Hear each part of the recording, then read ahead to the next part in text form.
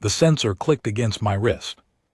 Before anyone said hello, I had barely stepped off the transit pod onto VTH station when one of the station attendants, a thin gray-skinned Callian with 4 arms and no expression, pressed a small device against my pulse point and read the number on its screen. He said nothing, he just noted it on a pad and stepped aside to let me pass. I looked back at him as I walked through the gate. He was already writing something. Whatever he had written, it did not look like a welcome. My name is Marin Voss. I'm a combat specialist with 14 years of service, 2 operational tour, 1 desk job I hated, and 1 very strange assignment that had brought me to the far edge of Alliance space with a single duffel bag in. Orders I had read 11 times on the journey because I still could not fully believe them. The orders said in the plain and bloodless language of military bureaucracy that I was to report to the Galactic Combined Arms Academy on VTH Core Station for evaluation by the Joint Instructor Panel, and that upon successful completion of said evaluation, I would be considered for a posting as the first human combat instructor in the Academy's 400-year history. Upon successful completion, that phrase had done a lot of work during the 11 readings. The station was large in the way that only things built by multiple species over several generations can be large, not designed so much as accumulated with corridors that widened and narrowed without logic, ceilings that soared in some sections and pressed down in others, lighting that shifted from blue-white to deep amber as you moved from one species residential block to another. I passed a group of Macquarie cadets in the main concourse. Each one of them stood roughly 2 and 2 m tall and was built like something that had been quarried rather than born. They looked at me the way you might look at a pigeon that had wandered into a cathedral, not hostile, just genuinely puzzled by the scale difference. I kept walking. Colonel Nadia Bright, my commanding officer back on Earth, had given me exactly 1 piece of advice before I boarded the transit. She had looked me in the eye across her desk in the way that people look at you when they want you to understand that they are being serious, and she had said, "Do not embarrass us." Then she had paused, reconsidered, and added, "And come back." I had told her I would do my best on both counts. She had not looked entirely reassured. The Academy's administrative block was in the station's inner ring, past a long corridor lined with plaques commemorating graduates who had gone on to distinguish themselves in various Alliance operations. I read the names as I walked: Vorthari, Quashin, Macquarie, Cayenne, every species in the Alliance represented in bronze and stone, their service records reduced to a few engraved lines, no human names, not yet. The corridor was not an intimidation tactic. It was simply a fact displayed without editorial comment. I found that more honest than a speech would have been. The administrator who checked me in was a Thishan, tall, silver-haired, with a kind of calm that comes not from peace but from having seen enough of the world that almost nothing surprises you anymore. She handed me a room assignment, a schedule, and a data chip.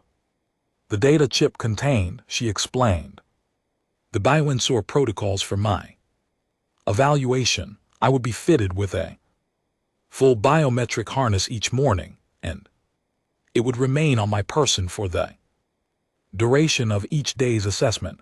Heart rate, cortisol levels, neural stress markers, reflex response time, Everything that could be measured would be measured. The panel reviews all data. In aggregate, she said. You will not see the readings in real time. I said that was fine. She looked at me for a moment. Most candidates ask to see their own data, she said. I told her I already knew what my data looked like. She made a small note on her pad and sent me on my way. My quarters were in a human compatible wing that had been prepared specifically for my visit, which meant the gravity was correct, the temperature was correct, and there was a small window that looked out onto the station's outer hull, and beyond it the deep and permanent dark of space. I sat on the edge of the bunk and looked out at it for a while. The stars out here were different, not different in any measurable way. Stars are stars. Hydrogen burning at distance, but the configuration was unfamiliar. And there is something about an unfamiliar sky that reminds you exactly how far from home you are. I did not mind being far from home. I had been far from home before, but this was a different kind of far, the kind measured not in kilom, but in the fact that I was the only human on the station, which held approximately 4,000 people, and that every single one of them had, in some small or large way, already formed an opinion about whether I belonged here. The data chip also contained the names and profiles of the 5 instructors who conduct my evaluation. I read them before I slept. Instructor Drethar of the Vorthari, 6-limbed, cold-blooded, specialist in ambush mechanics and reactive speed. His record listed 32 years of active tactical instruction, and before that a combat career that took up 2 full pages in a font size I had to enlarge to read. His photograph showed a being that looked like something designed by an engineer who had been told to make a predator and had decided not to compromise on any of the details. Instructor Iceland of the Kalon, one of the rare Kayan individuals who operated with partial independence from the hive cognition network, which the profile explained made her better at evaluating non-Kalonian subjects because she could model individual psychology rather than collective response. She had written 3 academic papers on cross-species stress physiology. The titles were long, and the abstracts were longer. I read the first one. It was about me in the sense that it was about humans, about the anomalous nature of human fear, chemical profiles which he had apparently been studying from a distance for years using second-hand data. I found that interesting. Instructor Vorkalis of the Macquarie, his photograph needed no caption. He was what Macquarie looked like at maximum development, which is to say that he appeared to be made of something denser than ordinary matter. His profile listed a specialty in endurance, conditioning, and physical resilience. His personal record included surviving 3 events that the Academy had classified with admirable restraint as structurally compromising engagements. That phrase twice. Instructor Shanada of the Quest. The profile explained that Shanada did not communicate in standard Alliance speech but had been fitted with a translation interface for the purposes of the evaluation. The Quest were a telepathic species, and Shanada's specialty was psychological assessment under duress, reading the chemical neurological signatures of fear, deciding what they revealed about a candidate's true capacity. Photograph showed a being that was smaller than I expected, pale gray with very large eyes that in the image seemed to be looking at something slightly to the left of the camera. I had the feeling, reading the profile, that Shinada had already formed a preliminary opinion about me before we had met, based on whatever data had preceded my arrival. Instructor Laurel Dev of the Thishan, the oldest of the five, her file was the shortest, which I had come to understand in military contexts usually meant the longest actual record. Warrior philosopher, 41 years of instruction, before that a tactical career that was summarized in 3 sentences and footnoted with a reference to a separate classified file that I did not have clearance to read. Her specialty was listed as strategic integration, the capacity to synthesize training into coherent decision-making under live conditions. She had passed or failed more evaluation candidates than any other active instructor in the academy. Her pass rate was 41%. I put the data chip down and looked back out the window. I thought about what Colonel Bright had said.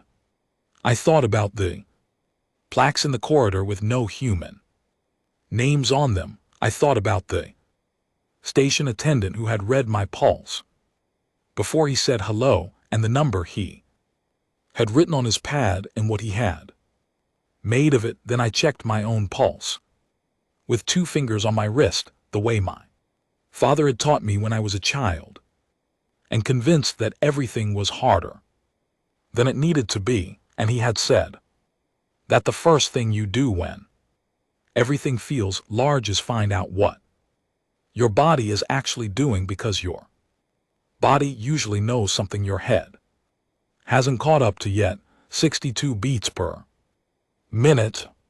I lay down on the bunk and I slept without any difficulty, which was something I had always been able to do, and which in the days that followed would turn out to matter a great deal more than I expected. The morning began with Drethar. He was waiting in the assessment corridor when I arrived, standing completely still in the way that cold-blooded predator species stand.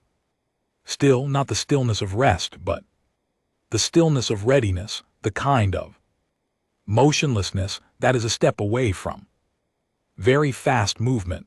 All 6 of his limbs were folded with a precision that seemed deliberate. His scales were a deep brown, black that caught the corridor light in thin lines along the ridges. He was large, not Macquarie large, but the kind of large that carries threat in a different way.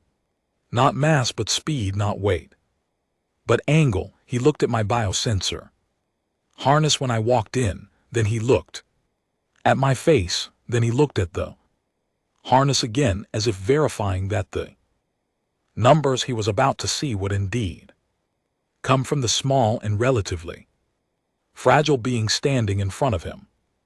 Specialist Voss, he said. His voice came through a translation collar in a flat, even tone that matched the expression on his face, which was also flat and even. Instructor Drethier, I said. He gestured toward the assessment room. Without further introduction, the room was built for the test he had designed. It was a long, narrow corridor, approximately 30 meters from end to end, with panels on the walls, floor, and ceiling that could each independently produce a stimulus, a flash of light, a burst of sound, a pressure pulse, sudden movement. The test, his assistant explained, measured reaction time to unpredictable, multi-directional stimuli, while the subject moved through the corridor at a standard walking pace. The subject was to respond to each stimulus by pressing a sensor pad on their wrist. Before the stimulus ended, response time was measured in hundredths of a second, the Vorthari cadet record set by one of Drethier's own students was a mean response time of 0.08 seconds. The average across all species was somewhere between 0.1 and 0.19 seconds. I walked the quarter twice as a calibration run. The stimuli came from everywhere and from angles I did not expect. I missed 2 in the first run and 1 in the second. My mean response time over both runs settled at 0.23 seconds. Drethier reviewed the numbers on his screen. He did not say anything dismissive. He did not say anything at all for a moment, which I had already come to understand was his version of commentary. Then he made a note and moved to the second component of the assessment, which was a series of reaction tasks in close quarters responding to physical movement from a training drone. Blocking, redirecting, repositioning. The drone was calibrated for Vorthari reaction benchmarks, which meant it moved at speeds I was not always able to track cleanly. I managed well enough, not brilliantly well enough. At the end of the session, Drethier stood across from me with his arms folded in that precise way and looked at the biosensor summary his assistant handed him. My readings had been exactly what a human under moderate physical and perceptual stress would produce: elevated heart rate, standard cortisol response, normal reflex activation profile, all exactly where the xenophysiology textbook said they would be. He looked at the numbers. He looked at me. Something moved in his expression very briefly that I could not read precisely, but which felt like the beginning of a conclusion. Then he handed the summary back to his assistant and told me I was dismissed for the day. I thanked him and left. I thought, walking back to my quarters, about what he had seen in those numbers. He had seen a human performing at expected human levels, which was to say below every metric his own students achieved. Routinely, he had seen nothing surprising, and I thought about how the most dangerous thing in any assessment is when the assessor decides they already know what they are looking at. I had let him reach that conclusion deliberately, not by performing badly on purpose, but simply by performing honestly, by being exactly what I appeared to be, by giving him for now the data he expected. The day after Drithar, I met Iceland. She was smaller than I expected from the photograph. Not physically, her dimensions were exactly as the file had described, but in the quality of her presence, where Drethier had filled a room with stillness, Iceland filled a room with attention. She was watching me from the moment I stepped through the door, and she was watching me the way someone watches a problem they have been thinking about for a long time finally appear in a form they can directly examine. Her assessment room was different. There were no corridors, no drones, no physical challenges. There was a single chair in the center and various sensor arrays positioned around it on articulated arms, and the air had a faint chemical quality that I recognized from the briefing notes as an olfactory analysis environment. She could read chemical markers in the air. She was effectively going to smell what I felt. I sat in the chair. The test, her assistant explained, would involve a series of controlled stress inductions. Nothing physically harmful, but increasingly uncomfortable: pressure, temperature variation, loud and disorienting sound sequences, and at higher levels, mild electrical stimulus applied to the surface of the skin. At each stage, I could end the session by pressing a pad on the armrest. My pain threshold and stress chemical output would be tracked and compared against the cross-species database. The first stages were genuinely unremarkable. Noise, cold, a feeling of pressure Across the chest, standard I sat. Through them without pressing the pad. Not because I was trying to perform endurance, but because none of it was the kind of thing that required stopping. At stage 4, the electrical stimulus came. It was not pleasant. It was, by the clinical definition used in the test, painful. I recognized the sensation, noted it, breathed through it, and did not press the pad. Lysolin sensor arrays were, I assumed, showing her exactly what the textbooks predicted: fear chemicals at normal, human output, stress markers at expected levels, pain threshold reading as average to slightly above average for a human subject with a military conditioning history, all normal. All predicted, but I heard her at stage 5 recalibrate one of the sensors. I heard it because I was listening for something like that, not because I had any way of knowing she would do it. I heard it because I had spent 14 years learning to hear things in the middle of other things, the small sound of an instrument being adjusted because the reading does not match what you expected. I did not react to the sound. I kept my breathing even and my expression neutral, and I kept my eyes on the middle distance, the way my first trainer had taught me when I was 19 years old and being put through something that felt very large. At the end of the session, after I pressed the pad at stage 7, not because I was at my limit, but because going further would have registered as performance rather than data, Iceland did something none of her colleagues had done.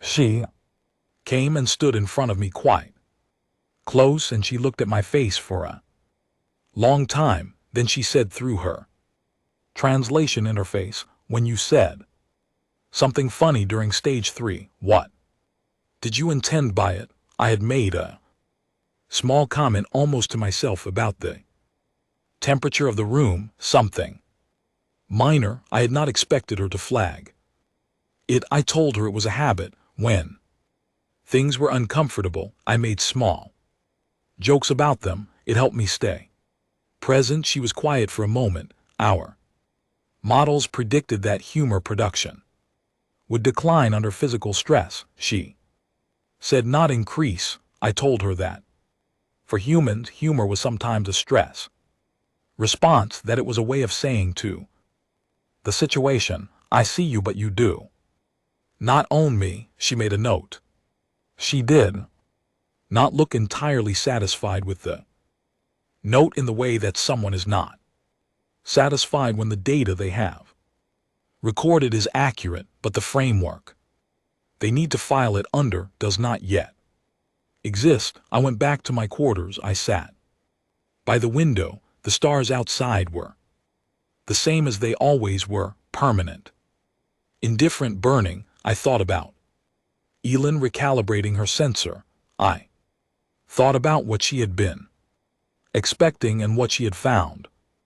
Instead, the two things were close enough that she could tell herself they matched, but they did not quite match, and she knew it, and she had made a note about a joke. The third day was Vorkali's. He was exactly what his photograph had suggested. There is a word. I had to look it up in an exoanthropology text once for the specific quality of being so physically developed within the parameters of your species that you seem to represent the outer boundary of what that species can structurally achieve. Vorkali's had that quality. He was not aggressive about it. He was simply present in a way that made the room feel smaller and the air feel denser, and when he looked at me, his expression was, I was fairly certain, one of genuine and uninsulting puzzlement. He was wondering, I thought, how something my size intended to be useful in a serious engagement. He was not unkind about the wondering. He just could not quite see the path from here To there, his assessment was physical. Lifting benchmarks, carrying benchmarks. Endurance run, impact resistance test. Using a padded assessment rig, I failed. The lifting benchmarks, I met the carrying benchmark at the lower range.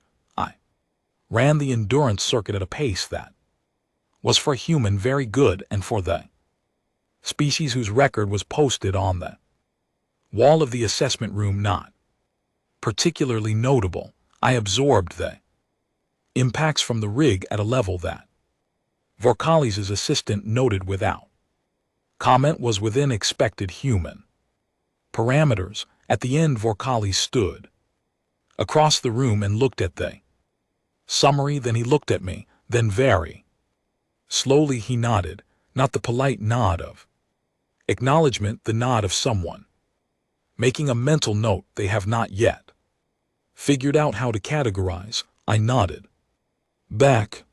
He dismissed me without saying anything further. The fourth day was Shanna. The room was dim, not dark, but reduced, the kind of lighting that makes you think about where all the edges of things are. Shanada was seated when I entered, those large pale eyes in the low light turned slightly to the side in the same way as in the photograph, as if listening to something in a frequency just outside my range. The assessment was psychological induction, no physical stimulus, images, sound sequences, narrative scenarios delivered through headset, each designed to activate specific emotional responses: fear, grief, anger, confusion, the particular vertigo of being in a situation with no clear right choice. The sensors around the chair read my neurochemistry at each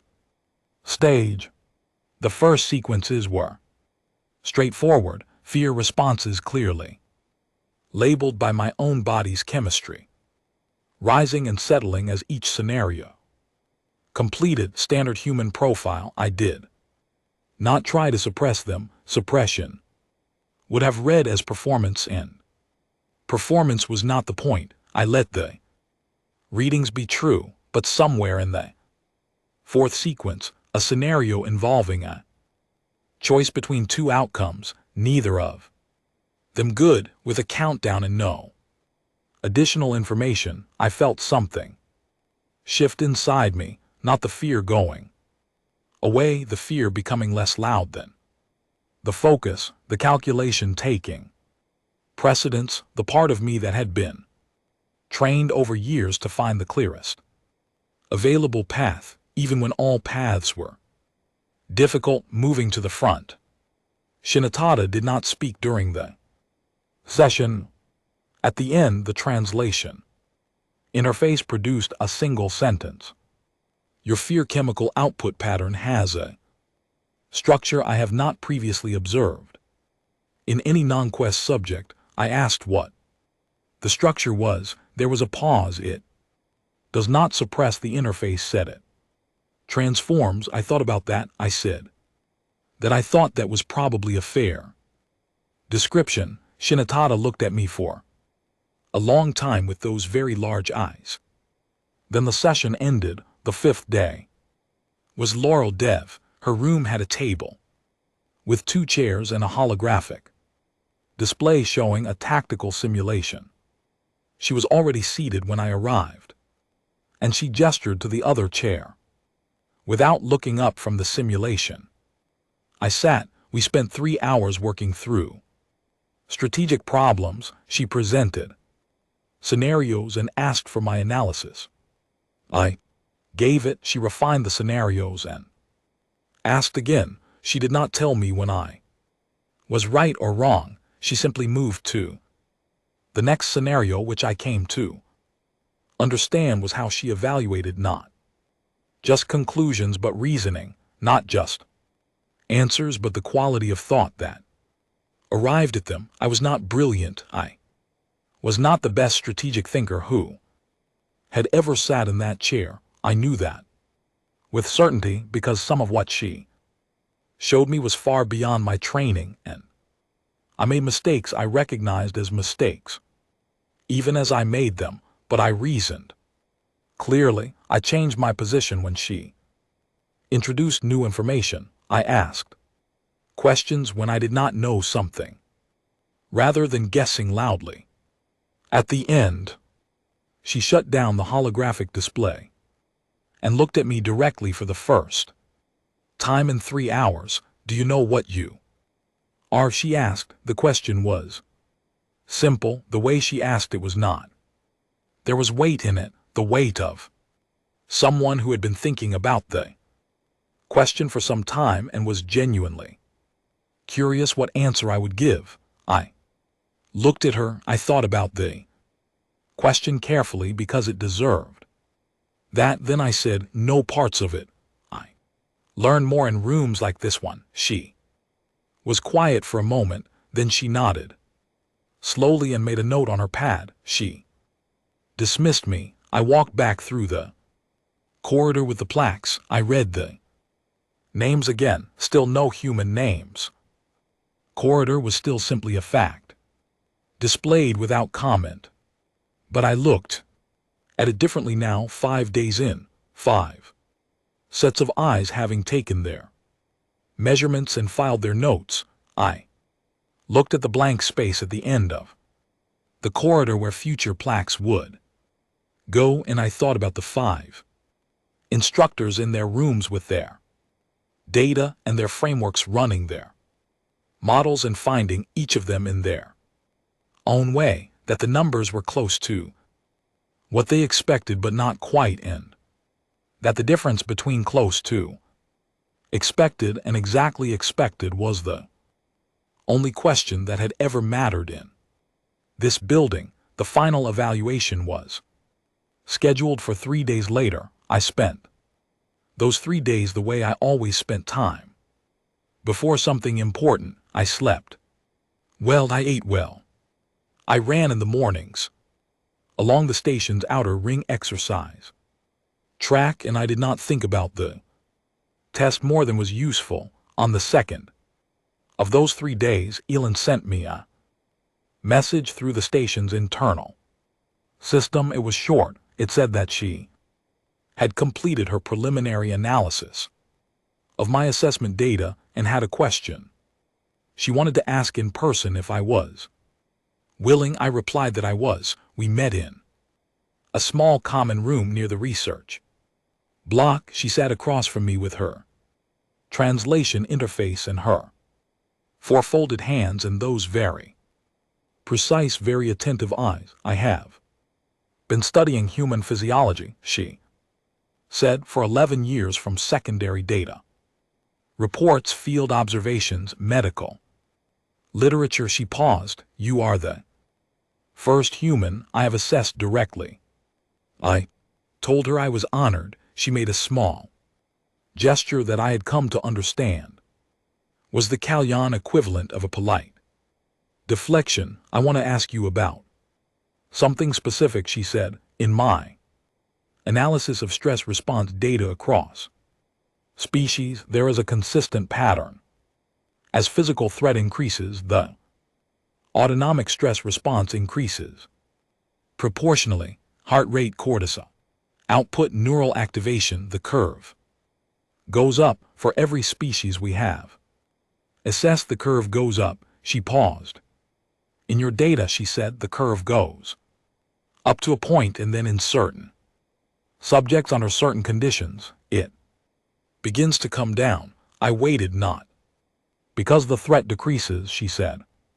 The threat is still present. The threat in the scenarios I am describing is at its highest point, but the stress response inverts. She looked at me carefully. I wanted to ask, she said, whether you knew this about yourself. I thought about the question. I thought about my father's 2 fingers on my wrist. I thought about a moment in my second operational tour in a room where everything had gone wrong and there had been no good options, and the only available thing was complete clarity about which of the bad options was least bad and how I had felt in that moment.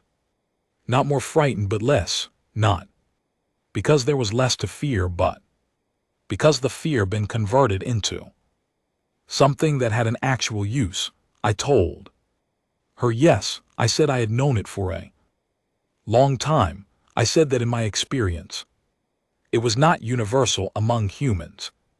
Not everyone had it, and it could not be fully trained, though training helped. I said that the ones who had it sometimes did not know how to describe it because it felt less like courage and more like a gear changing, a shift into something quieter and more functional. She was very still while I spoke. When I finished, she said, I will be watching your biometric data closely during the final assessment. I told her I expected nothing less. She stood to leave, then she stopped and turned back. One more question, she said.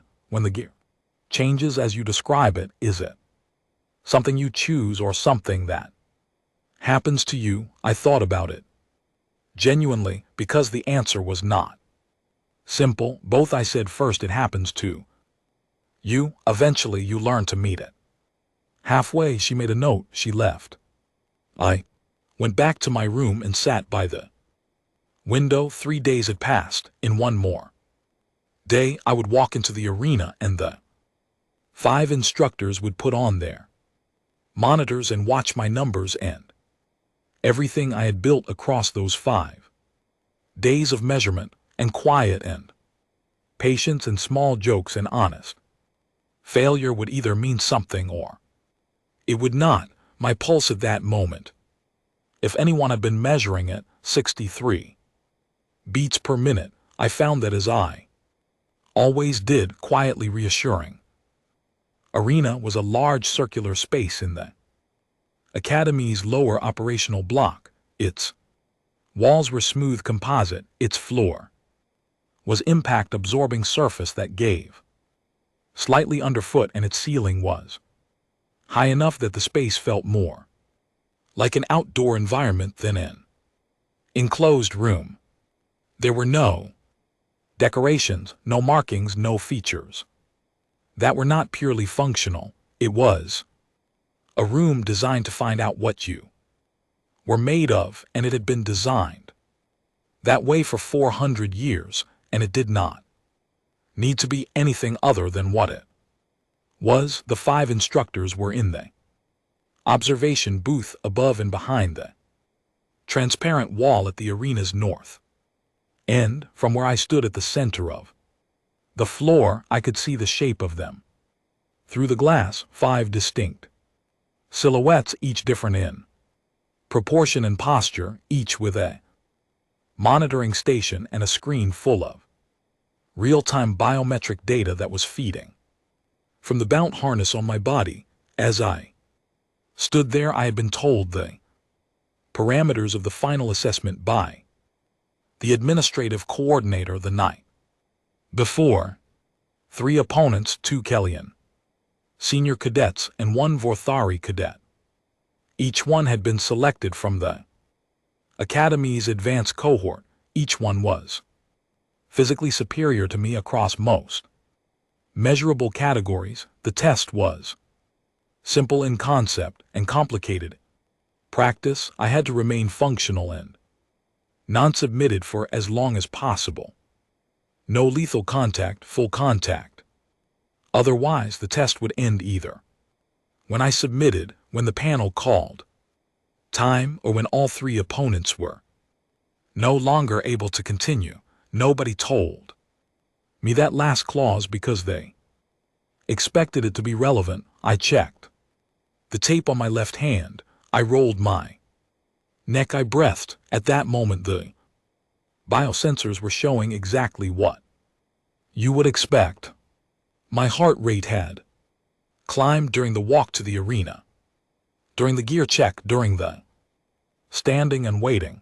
It was at 96 beats per minute when the doors on the far side of the arena opened and the first opponent walked in. He was a Vorthai cadet. His name was on the display board near the booth, but I was not looking at The display bored, I was looking at him. He was younger than Drethir, which meant he had not yet reached his full development, which meant he was moving at perhaps 70% of what his species could produce at peak.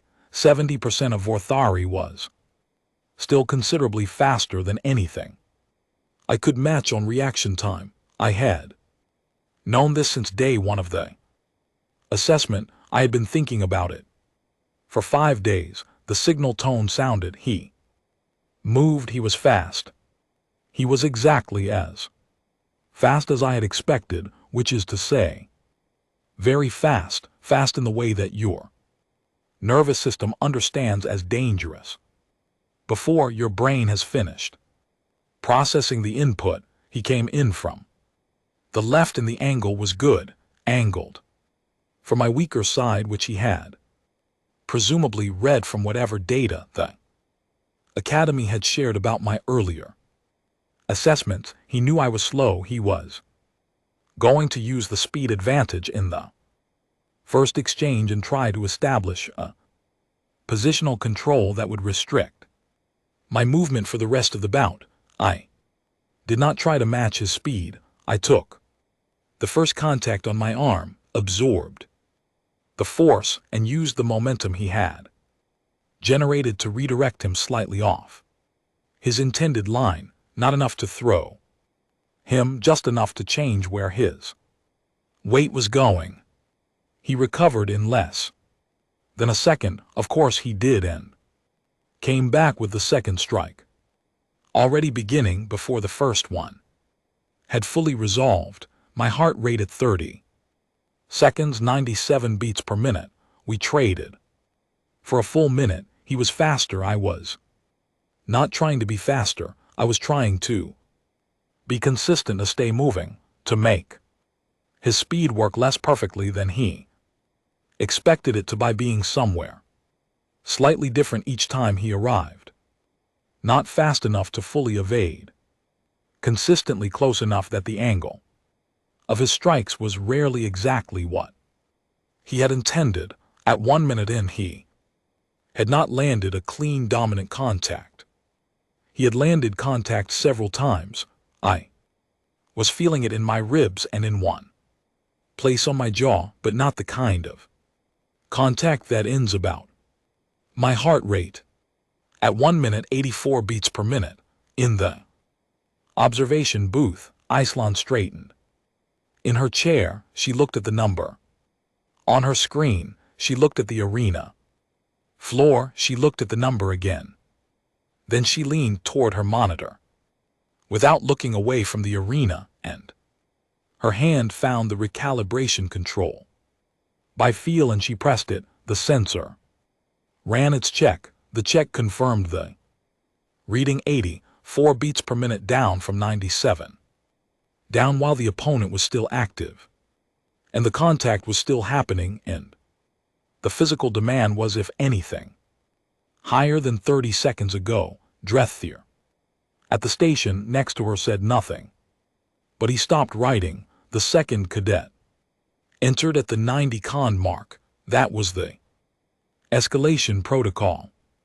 The first opponent was still active, still very much in the bout, and now there were two of them. And the geometry of the room changed entirely, in the way that adding a second threat always changes the geometry of a room. My field of positioning narrowed. The angles that had been open a moment before were now occupied. The Vorthari cadet read the change in my attention and used it to come in for a strike that landed clean on my shoulder. I felt my shoulder. I noted it. I filed it. My heart rate at 90 seconds, 79 beats per minute. I shifted my position to put a corner of the engagement space against my left side, which reduced the angles I had to account for, not eliminated. You cannot eliminate threat in one does not permit it, but reduced. The Kellyan cadets moved differently from the Vorthi. They were not as pure speed as he was, but they were more adaptive. quicker to read and respond to. Positional changes, better at communicating with each other through very small signals that I was not always fast enough to intercept. I focused on staying between them, on not letting them split my attention fully, on keeping my movement small and my choices clear. In the observation booth, Vorkalis had put down his stylus. He was watching the arena floor with the expression of someone who is updating a model in real time and is not certain the new version is correct yet. My heart rate at 2 minutes, 71 beats per minute.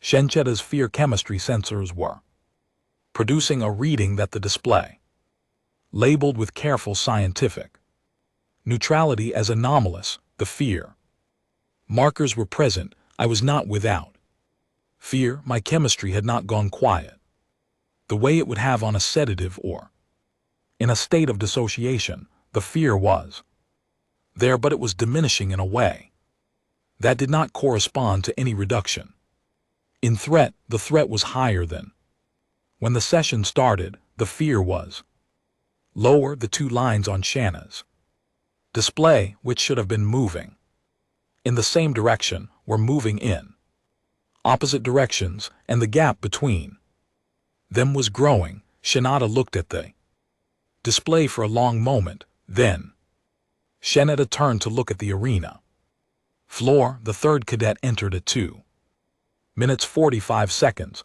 The room changed. Again, there is a quality to being outnumbered 3-1 that is different from being outnumbered 2-1 in ways that are not entirely about mathematics. It is about attention, about the way your focus has to become so distributed that it is almost not focus at all anymore. Just a kind of wide and continuous awareness that takes in all available information without latching on to any single point of it. You cannot watch 3 things the way you watch one thing. You can only watch everything and hope that the part of you that has been doing this long enough knows what to do with what it sees. I had been doing this long enough. I moved to the center of the space. I stopped trying to manage geometry and started simply responding to what was immediate and clear. The 4th theory came from the right. I moved with him rather than against him. One of the keen cadets came from behind and found I was not where I was when he committed to the direction. The other Kalen was waiting to read my response to the first 2. Everything slowed down.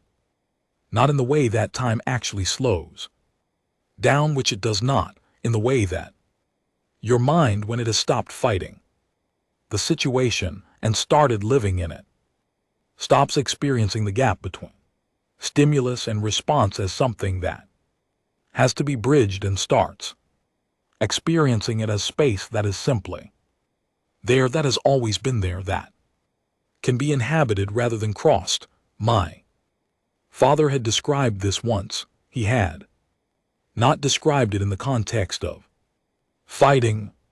He had described it in the context of fixing a very complicated piece of machinery at 2:00 in the morning, when everything depended on getting it right, and how at a certain point the noise in his head had gone quiet, and there had just been the work very clear. One step at a time, he had said. Something settles, like everything that isn't useful just falls away. Something settled. My heart rate at 3 minutes 61 beats per minute. In the observation booth, Laurel Dev had been still for the last 40 seconds. She was not watching the data screens. She was watching me. She was watching the way I moved, the way I positioned, the specific quality of the attention I was carrying.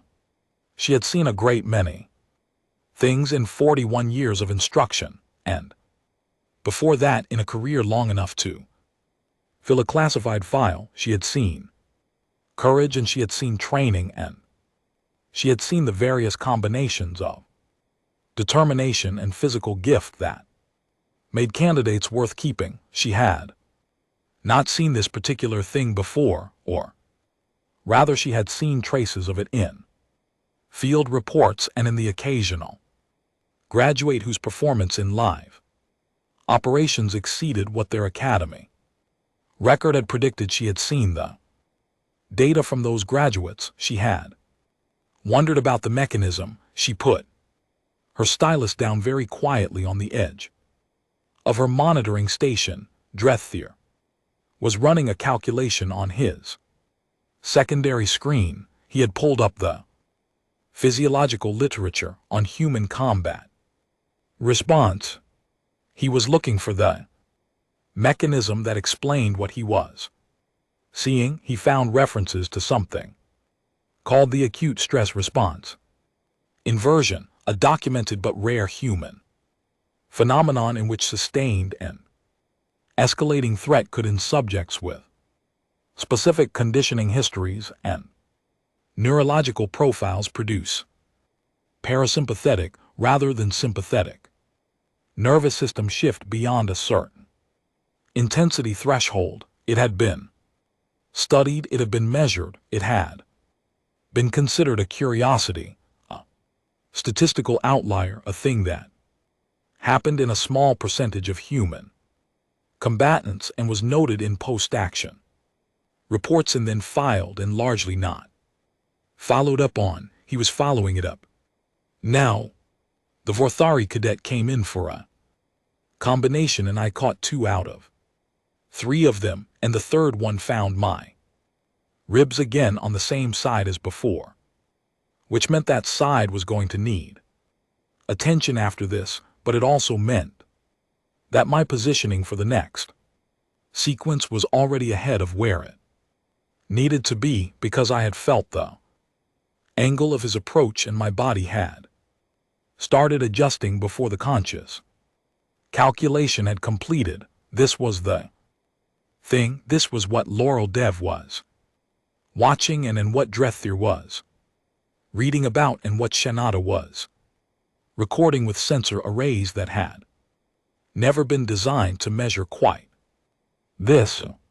The thing that 14 years of hard work and one particular inheritance from a very long human history had produced in me was not speed, not strength, not the clean statistical dominance of a Ferrari, or the adaptive intelligence of a Kellyan, or the endurance of a Macquarie. It was a quality of presence under maximum pressure that did not diminish as the pressure increased. It was the capacity to be completely and precisely in the moment without needing the moment to be smaller than it was. Humans had built this over thousands of years of being the animal that did not have the best speed or the best strength or the best armor, and had compensated by developing across long generations a relationship to danger that no other species had needed to find, because no other species had survived for so long on the narrow edge between those deficits and the absolute necessity of continuing to exist anyway. At 3 minutes 40 seconds, one of the Kellyan cadets submitted, not because I had forced a dominant hold, because he had been absorbing contact and positional loss for 4 minutes, and his body had made the calculation. His conscious mind had been resisting. His hand went down. The signal light went green 2 left. My heart rate did not change, 61 beats per minute. Iceland stood up from her station, not dramatically. She simply stood because she could not sit still with the data. She was looking at the Vorthari cadet and the remaining Kellyan cadet. Exchanged something between them. Look, a micro signal, the kind of communication that happens between trained partners without words. They adjusted. They came in simultaneously from angles that were designed to Prevent the kind of distributed attention I had been using. It was smart, it was the right tactical response to what they were observing. It did not work the way they hoped because what they were observing was not a technique. Techniques can be countered. Techniques have an architecture that can be found and exploited. What they were observing was something closer to a state, a way of being in a room rather than a way of doing something in a room. And states do not have the same structural vulnerabilities as techniques. I took contact from both of them in the next 40 seconds, real contact, the kind that registered. Clearly, my shoulder had been uncomfortable since the second cadet entered, and it was now expressing its unhappiness more loudly. My ribs were making a similar case. My jaw from the first exchange had quieted down to a background note that I was aware of but was not prioritizing. None of these were reasons to stop. None of these were the loudest thing in the room. At 5 minutes and 12 seconds, the Vorthari cadets' positioning broke down, not dramatically, just slightly. He had been extremely fast and extremely good for 5 minutes, and the accumulation of small angles that had not resolved exactly as he had intended had added up to a moment where his weight was forward and slightly to the right, and the follow-through was not where he needed it to be. I was there. What followed lasted approximately 3 seconds and resulted in him being in a position where he could not continue without taking real damage. He held for a moment, a long moment, the moment which you are deciding whether what you want is worth what it will cost, and then his hand went down, one left, my heart rate 61 beats per minute. The remaining Kalen looked at me across the floor. He was good. He had been the most patient of the 3, the most adaptive, the one who had been watching and adjusting throughout. He came in now, not with speed or force, but with precision, tight, careful measuring every exchange before committing to it.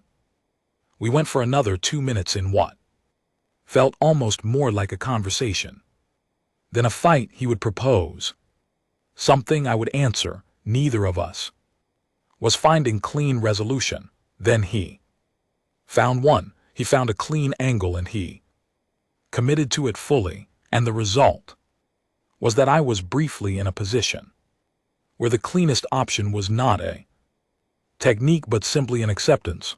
I took the contact full without trying to redirect it, because absorbing it cleanly kept me upright, and absorbing it cleverly would have taken me down. I absorbed it. I stayed upright. He looked at me. I looked at him.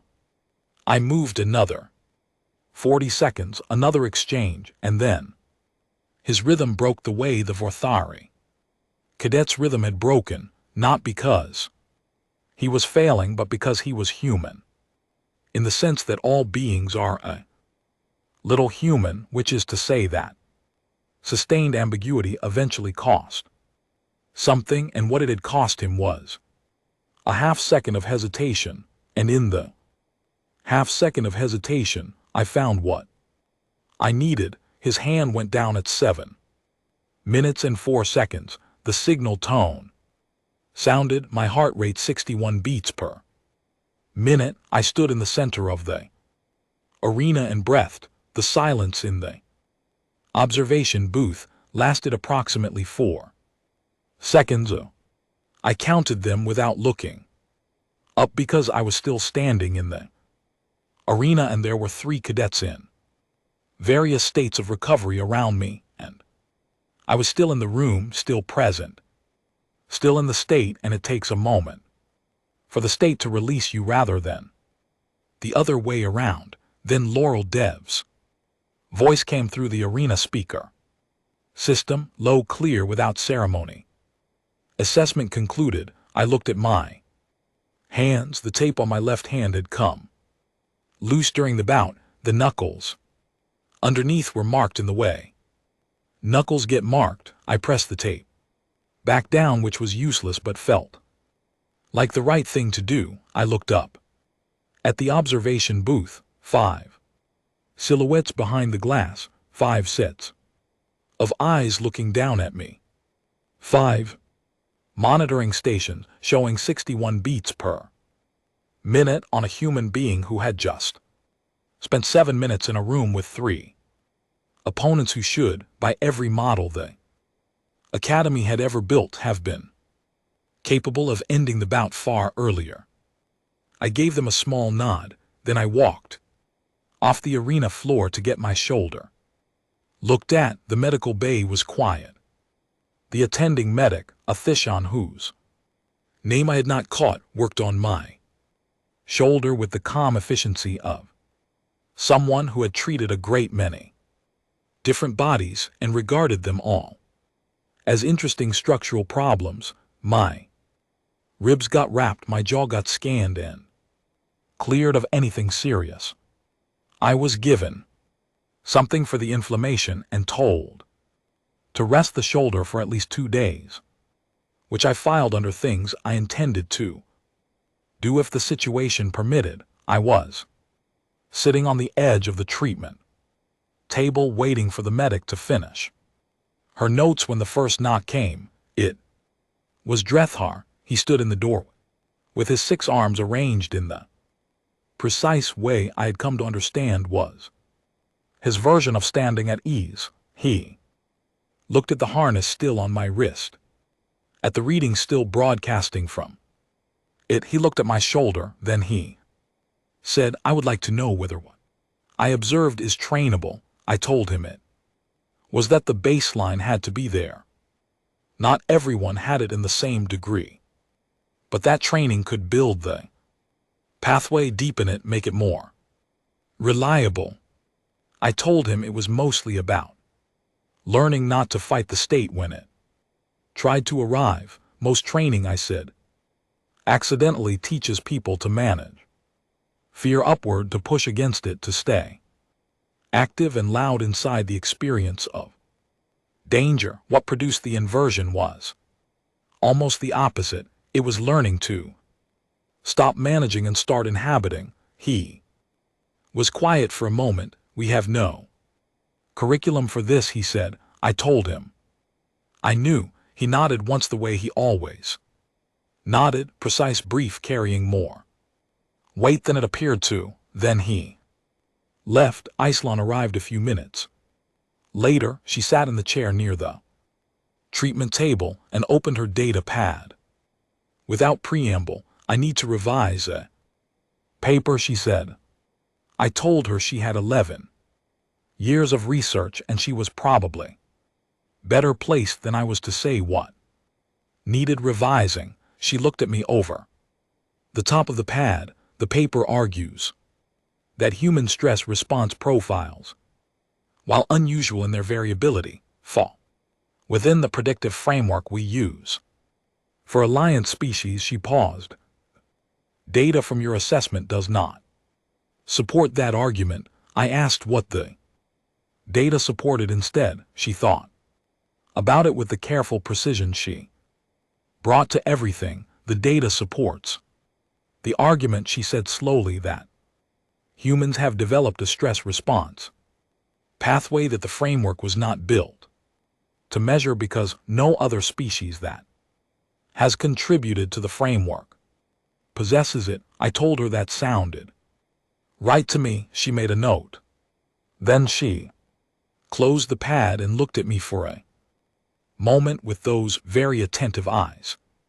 "When I study a subject," she said, "I try to understand it fully before I form conclusions. I have been studying humans for 11 years." She paused. I had formed a conclusion. I waited. "I was wrong," she said simply. I told her that finding out you are wrong about something is usually more valuable than finding out you were right. She considered this. Then she made another note. "I suspected about the comment itself and left. Vorkalis came. Next, he did not sit, he stood near the door in the way that Macquarie stand when they are in spaces calibrated for smaller beings, which is with a careful consciousness of their dimensions. He looked at my wrapped ribs and my shoulder and the tape on my knuckles. Then he bowed. Not deeply. The Macquarie version of a bow is small and very precise, but it was unmistakable. I recognized it because I had read about it in the xenoculture briefing on the transport, and I had filed it under things that were theoretically possible, but that I had not genuinely expected to experience. I bowed back as correctly as I could manage given my shoulder. He looked at me for a moment, then he said, in his careful translated voice, in 40 years of instruction, I have not previously needed to update my assessment of a candidate's physical capability upward after their performance metrics indicated otherwise. I told him I appreciated that. He nodded, small, precise, and left. Shinatada arrived quietly the way Shinada did everything. Those large, pale eyes in the medical bay light, the translation interface at the collar. There was a long silence which I had come to understand was Shinada's way of being present before speaking. The fear was real. Shinatada said finally, your chemistry confirmed it throughout. I told him yes, it was real throughout. I had not stopped being afraid. Another silence. Then what changed? Shinada asked. I thought about how to say it. I had been thinking about how to say it for most of my adult life in various contexts to various people who had seen the same thing and asked the same question. The fear stopped being the loudest voice. I said it was still there. It was saying what it always says, but at a certain point something else was saying something louder, and I listened to that instead. Shanna was very still. What was the other voice saying? The translation interface asked. I thought about it honestly. It was saying, you know what to do, and it was right. Shanna sat with that for a moment. Then among my people, the voice and the action voice are separate. The hive mediates between them. Individual Queth rarely experience them simultaneously. Another pause. You carry both at once. I said I suppose that was true, that it was not always comfortable, but it was useful. Shinada made a note, looked at me one more time, left without further comment, which I had come to understand was the Queth equivalent of a great deal. The last to arrive was Laurel Dev. She came in unhurried with the measured pace of someone who has been walking into rooms for a very long time and has stopped being in a hurry about any of them. She sat in the chair near the treatment table. She looked at me the way she had looked at me at the end of our strategic session, directly, steadily, with the quality of attention that belongs to people who have spent decades finding out what things actually are rather than what they appear to be. She did not open a data pad. She did not bring notes. She came with nothing but the question she had already asked me twice. Do you know what you are? She said. This time I did not hesitate. We are the species, I said, that got good at not dying by deciding somewhere along the way that the fear was less important than the thing we were afraid of losing. She looked at me for a long time. Which is? She asked. I thought about Colonel Bright saying come back. I thought about the corridor with no human names on the plaques. I thought about my father's two fingers on my wrist and a voice saying, your body knows something your head hasn't caught up to yet. I thought about 14 years of service and one strain Assignment and the deep and permanent. Dark outside the window of my quarters. And the stars I could not name burning. The same way they had always burned. Indifferent and permanent and very far. From home, each other I said mostly. Laurel Dev was quiet for a moment. Then, she opened the evaluation file on her data pad and she made a single notation. At the bottom, and she turned it so I could see the screen, the notation said, "Accepted." She closed the pad and stood. "The Academy has needed this for some time," she said. "We simply did not have a name for it." I told her we called it many things, that none of the names were quite right, that maybe that was fine, because the thing did not need a name to work. She considered this with the seriousness she brought to everything. Then she nodded once in the Thon way. "That means I have heard what you said, and it will stay with me." And she walked out. I sat alone in the medical bay, my shoulder rocked, my ribs were a low and consistent argument, my jaw had rejoined the background chorus. My hands felt the tape and the marks underneath, and the specific tiredness that comes after something that asked for everything. I checked my pulse, 2 fingers on my wrist, the way my father had taught me when I was a child. In the world felt large, 64 beats per minute, back to resting, back to normal, back to the ordinary and unremarkable rhythm of a human being at rest in a quiet room. Heart doing what hearts do, nothing dramatic, nothing that would raise any flags on any by-one-source screen, nothing that would make a Cayenne researcher stand up from her station or a Vorthari instructor put down his stylus. Just a pulse. I looked out the small window of the medical bay at the stars. The configuration was still unfamiliar. I was still the only human on a station of 4,000 beings. There were still no human names on the plaques in the corridor. Not yet. I found that funny. I did not entirely know why. I just sat there with my aching shoulder and my wrapped ribs, and the perfectly ordinary 64 beats of a heart that had been measured very carefully today and had, in its quiet and unremarkable way, said everything it needed to say. I was going to be a very long way from home for a while. I was looking forward to